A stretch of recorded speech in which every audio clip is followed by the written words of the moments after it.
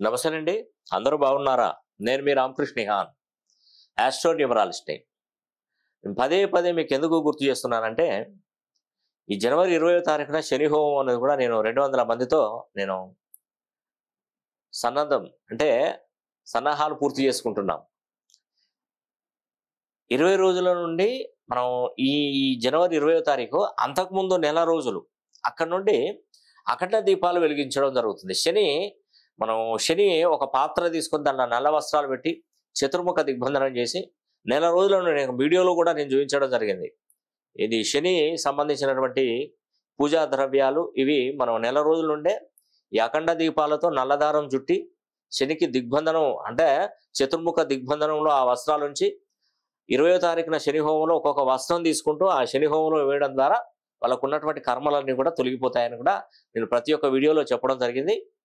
ఎవరైతే ఈ శని హోమానికి మీరు సన్నాహాలు చేసుకుంటున్నారో మీరు కూడా మా దగ్గరికి రానవసరం లేదండి. నేను శని హోమం జరిపిస్తాను.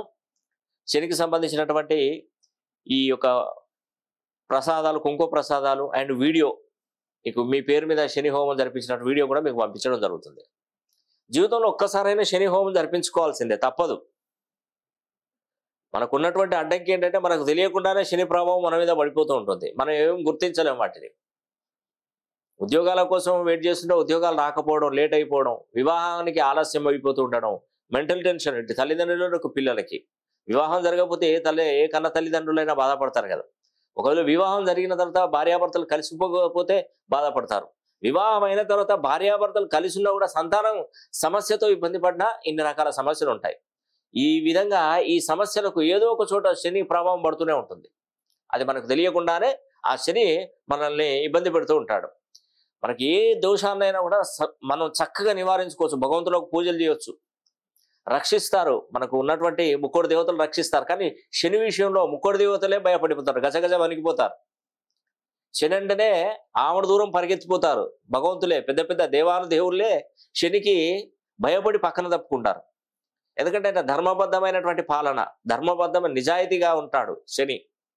కాబట్టి అతన్ని ఎదుర్కొనే శక్తి ఎవరికి లేదండి. పరమశివునికి కూడా లేదు, అండ్ వెంకటేశ్వర స్వామికి, త్రిమూర్తులకు కూడా ఈ యొక్క శనిని అడ్డుకునే శక్తి వారికి లేదు. కానీ మనం మానవ మాత్రమైనటువంటి మనం శని హోమం ద్వారా శాంతింపజేయాలి.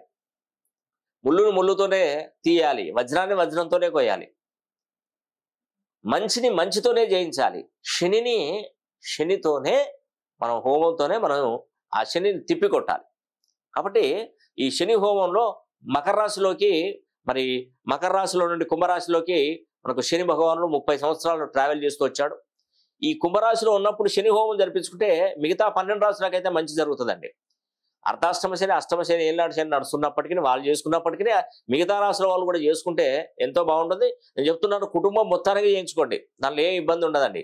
కుటుంబం మొత్తం అందరి పేర్లు, గోత్రనామాలన్నీ కూడా మాకు పంపించినట్టయితే చక్కగా శని హోమంలో ఒక్కసారి నేను చెప్పాను కదా, కుంభరాశిలో ఉన్నప్పుడు ఒక్కసారి జరిపించుకుంటే ఆ తర్వాత మీకు బాగా జరుగుతుందండి. మీరు మీ ఉద్యోగాలలో సెట్ అవుతారు, వ్యాపారాలు బాగా జరుగుతాయి, మంచిగా ఉన్నతంగా బ్రతుకుతారు. అప్పుడు మీకు ఏమైనా దయతలిసి అంటే నా ద్వారా నేను శని హోమం చేసిన తర్వాత మీరు బాగుపడ్డారంటే అప్పుడు కంపల్సరీ మీరు ఏదైనా మాకు డొనేట్ చేసేదానికి కూడా ట్రై చేయండి.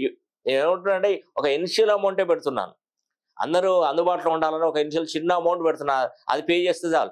ఆ తర్వాత మీకు మంచి జరిగి బాగుండాను, సార్ ద్వారా నాకు ఉద్యోగం వచ్చింది, వ్యాపారం బాగా నడుస్తుంది, నేను కోట్లు గడించాను, లక్షలు గడించాలని అనుకున్నప్పుడు మీకు ఏదో సేవాభావంగా ఇంకా వేరే వాళ్ళకి ఎవరికైనా మనం శని హోమం ఫ్రీగా జరిపించడానికి అట్లా మీరు ఏమైనా చేస్తే చేయండి, నేను తప్పకుండా చేస్తానని తప్పకుండా.